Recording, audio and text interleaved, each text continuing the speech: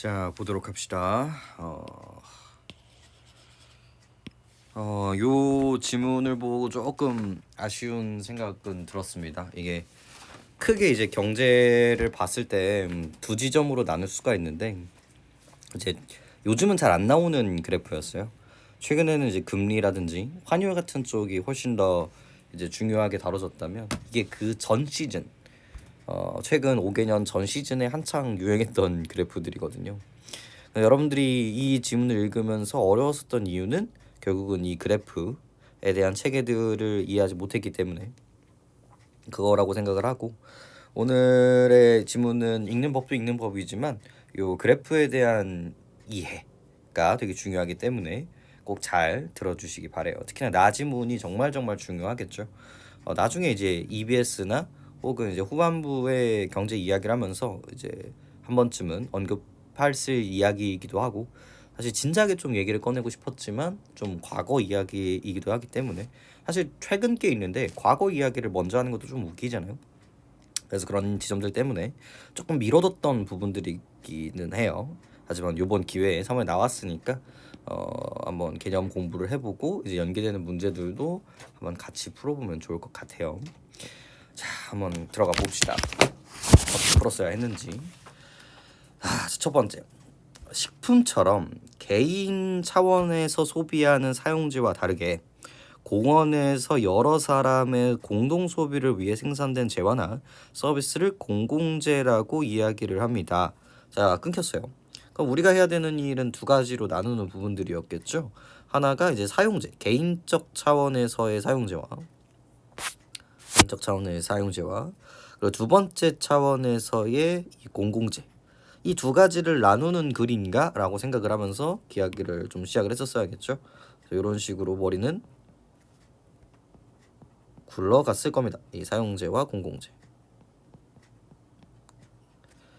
공공재에 대한 정의는, 그러면서 이제 공공재에 대한 이야기를 조금 더 해보네요. 공공재에 대한 정의는 다양하지만 공급의 주체에 따라 규정되는 것은 아니며, 너무 중요하네요. 구조가 보이시죠? 나데이 법비 보이시나요? 아니며 재화나 서비스 자체의 성격에서 규정이 됩니다. 그래서 이 공공재의 성격을 두 가지로 나눠주고 있어요. 그래서 주체가 아니라, 다양하지만 이쪽 부분이죠. 주체가 아니라 서비스 자체, 이 재화나 서비스, 즉 나라가 공급한다라고 해서 무조건 공공재가 아니라는 거죠. 그래서 뭐 담배 같은 경우도 뭐 나라에서 운영을 하고 있지만, 뭐 담배라든지 뭐 다른 것들도 그것들이 이제 공공재라고 하지 않는 것처럼 조금 다른 개념이긴 하지만, 이렇게 주체, 나라가 한다고 해서 공공재는 아니다, 이런 식의 이야기를 잡고 충분히 문제가 나올 수 있는 부분들이었고, 정부의 공공재 정책은 공익을 목적으로 하는데, 그래서 이제 주체가 조금 더 확장이 되고 있어요. 여기 정부, 주체가 정부라서 공공재는 아니고, 이 공공재는 공익을 목적으로 하는데 당연한 이야기죠. 이 공익이 무엇인가에 대해서는 실체설과 과정설이 있습니다. 그래서 이 공익을 목적으로 하고 있는데, 그러고 하면 너무 길어지네요. 공익을 문제로 하고 있는데, 공익을 이제 얘기를 하고 있는데, 여기서 이제 두 가지로 나뉘어요. 그럼 여태까지 나왔던 사용재와 공공재를 이제 조금 넣어두시고, 여기 있는 실체설과 이 과정설에 대해서 우리가 좀 고민을 해봐야겠구나 라는 생각을 이제 하게 되는 겁니다. 자연스럽게 이제 나눠지는 거예요. 실체설과 이 과정설의 차이가 뭘까?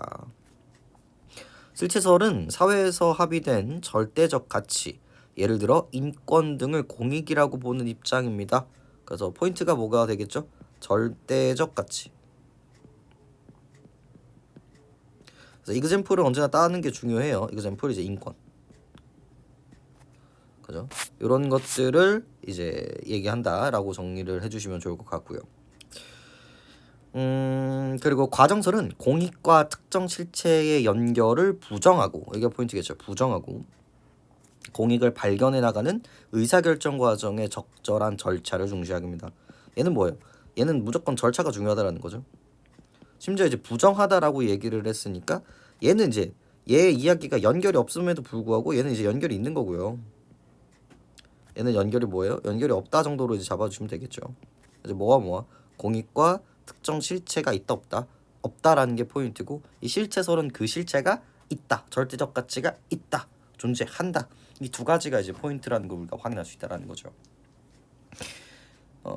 그래서 이 호흡을 넘어가기 이전에 어떤 개념들이 되게 중요한 거예요.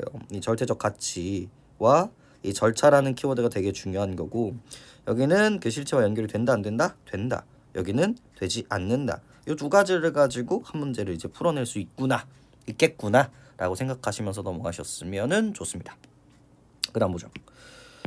어떤 공익이 다른 공익과 서로 공존하기 어렵거나 적절한 절차를 가지더라도 대립되는 의견이 서로 대등할 경우에는 정책 딜레마에 빠지기 쉽습니다. 뭐 당연한 이야기겠죠.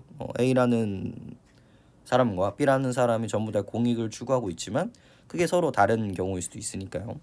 정책 딜레마는 비교 불가능한 가치나 대안에 대해 어느 하나의 대안을 선택하면 선택하지 않는 대상이 주는 기회 손실이 크기 때문에 선택이 곤란한 상황을 말하게 됩니다. 이런 것들은 이제 법과 유사하죠. 법을 만드는 순간 이제 보호받는 사람들이 만들어지는 순간 그거에 대해서 제약이 받고 억압되는 상황이 만들어진단 말이죠. 얘도 마찬가지인 거예요. 이 예산을 누군가한테 쓰는 순간 다른 대상한테는 그걸 쓸 수 있지 없기 때문에 이런 것들은 고민을 해야 된다라는 거죠. 이러한 상황이 지속될 경우 정책 집행의 지연이나 논란이 심화되어 사회 전체 비용이 증가를 합니다. 이게 뭐예요? 이제 이거를 읽으시면서 어떤 생각을 했었어야 된다? 프로블럼 생각을 했었어야죠. 그죠? 아, 뭐가 생겼다? 문제점이 생겼다. 그럼 이거를 이제 해결하는 과정들이 어떻게 될 건지를 생각을 해야 되는데, 그래서 정부는 정책 딜레마 상황에서 벗어날 수 있는 방법을 꾸준히 탐색해 왔다. 날려도 되는 거죠. 당연히 고민을 해야 되겠고. 그래서 이제 고민을 하게 되는데 하나가 합리 모형은 정책 목표와 수단 사이에 존재하는 인과관계의 적절성을 확보하여 딜레마 상황에서의 최적의 대안을 선택할 수 있다고 설명한다.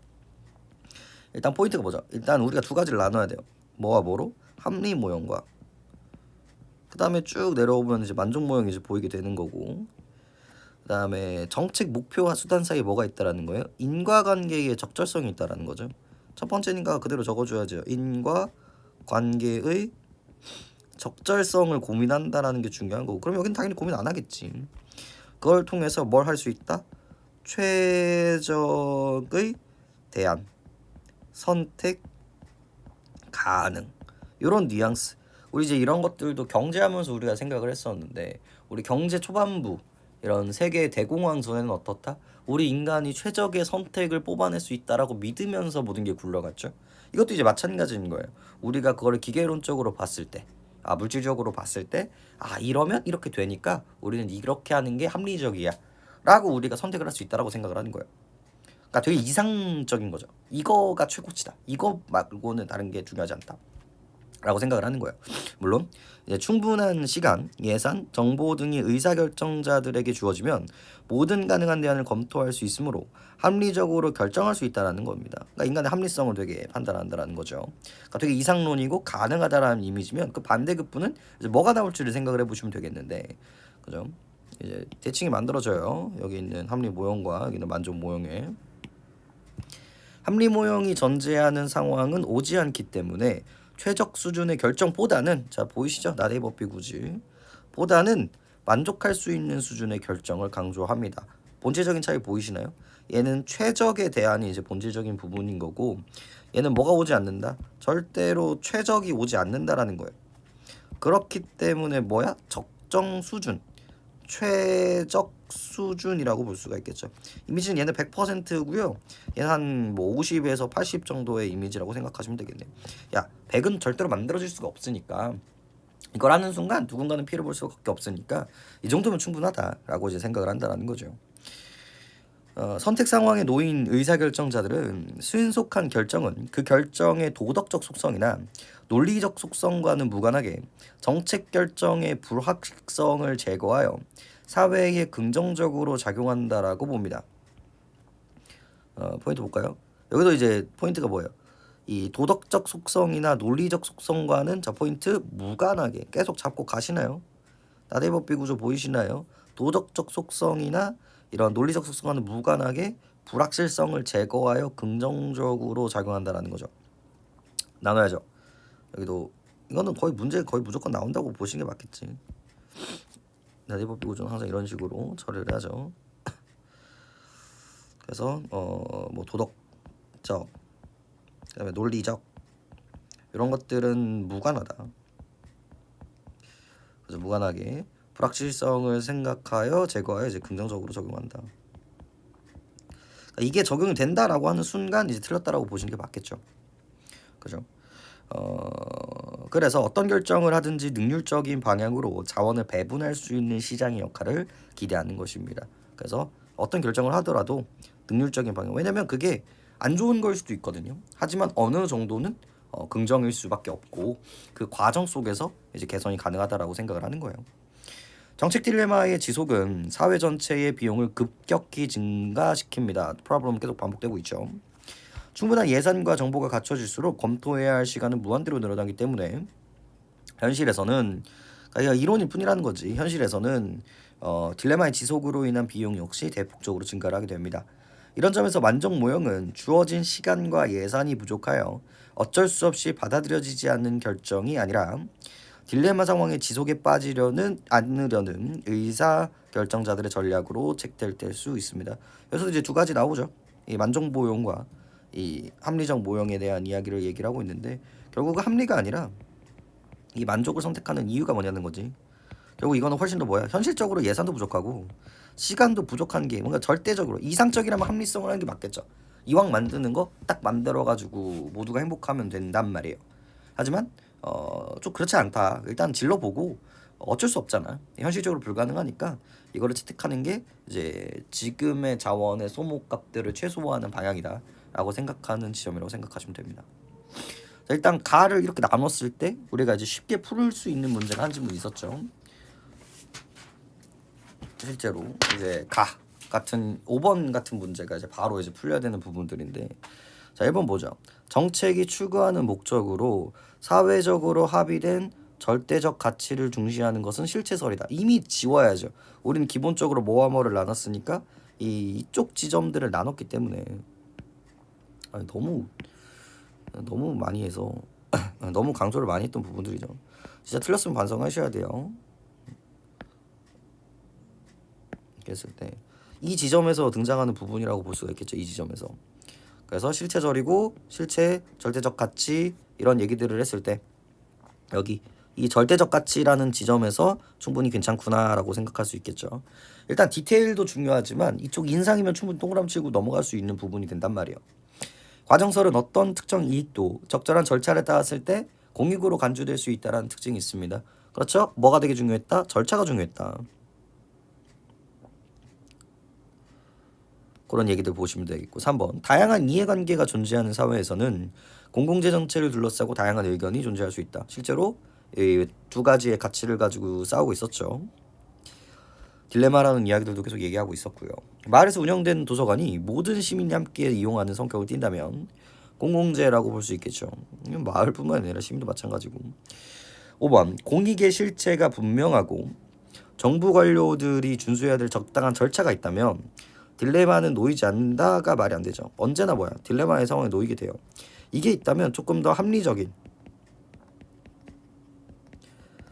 선택, 정책 방향을 선정할 수 있지만 그리고 이제 앞에서 얘기했었던 뭐 합리성이냐 합리 모형이냐 만족 모형이냐라고 했을 때 조금 더 합리적인 부분으로 갈 수 있는 부분들이 있겠지만 그렇다고 해서 딜레마의 상황에 놓이지 않는다? 이건 인과가 완전히 잘못되어 있죠. 애초에 어떤 거를 함으로써 누군가를 포기시켜야 된다는 건 어쩔 수 없는 일이라고 애초에 이 전제 조건에서 깔아버렸단 말이에요. 어떤 공익은 다른 공익과 서로 공존하기 어렵거나 적절한 절차를 거치더라도 대립되는 의견이 서로 대등할 경우에는 딜레마에 빠지기 쉽다. 요 지점들을 좀 보시면 조금 더 괜찮을 지점이 없겠네요. 여기 역시도 뭐뭐 함에도 불구하고 라는 지점도 조금 체크를 해주셨다면 조금 더 쉽게 찍어낼 수 있는 지점이 아니었을까라고 생각을 합니다. 그죠?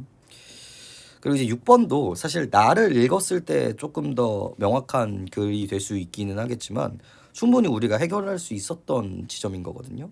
결국은 기업과 니은의 차이점에 대해서 이야기를 하는 거고 합리 모형과 만족 모형에 대한 이야기를 하는 거란 말이에요.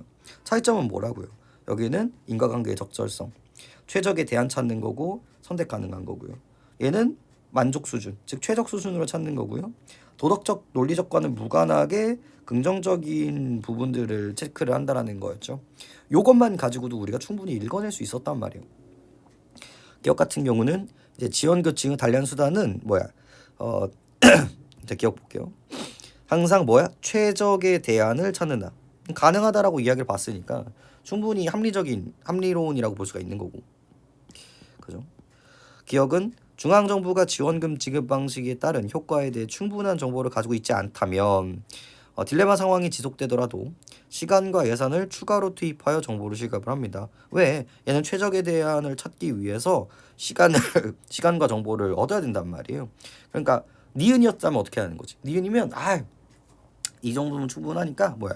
일단은 질러라는 구조, 절차를 밟아야 될 텐데 얘는 합리론이기 때문에 최선 이상적인 이야기를 해야 된단 말이에요. 그래서 이것도 충분히 괜찮은 이야기가 되는 거고. 자, 니은 보세요.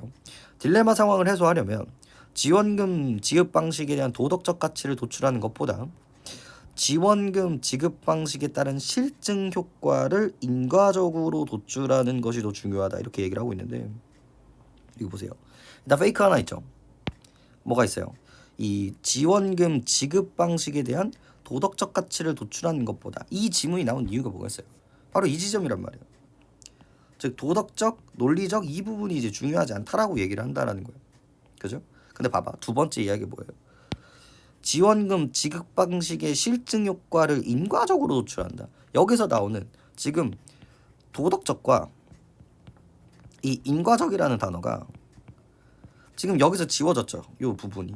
그럼 그 다음에는 뭐가 남냐는 거예요. 그 다음에는 뭐가 남아요? 논리적이 남는단 말이에요. 이 얘기랑 똑같아요.